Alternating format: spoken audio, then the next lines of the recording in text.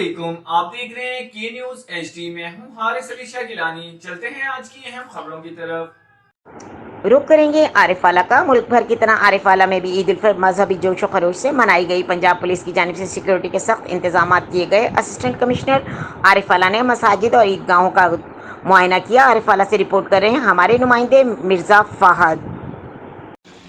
मुल्क भर की तरह आरिफवाला में भी ईद उल फितर मजहबी जोश और जज्बे के साथ मनाई गई। इस मौके पर ईद की नमाज के बड़े बड़े इज्तिमात मुनक्कद हुए, जिसमें बच्चे, जवान, बूढ़े सभी खूबसूरत लिबास ज़ेब तन करके नमाज ईद की अदायगी के लिए घरों से मसाजिद और ईदगाहों में पहुंचे।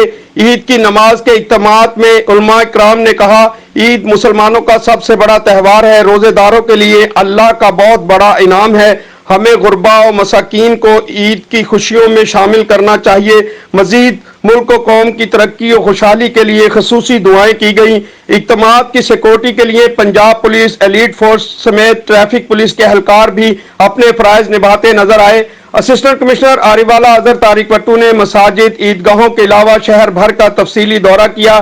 चीफ ऑफिसर म्यूनिसिपल कमेटी की हिदायत पर सफाई के हवाले से सैनिटरी वर्कर और दीगर अमले की खसूसी टीमें तश्कील दी गई थी। मजीद खबरों और अपडेट्स के लिए हमारे साथ रहिएगा। तब तक के लिए अपना ख्याल रखिएगा। अल्लाह हाफिज।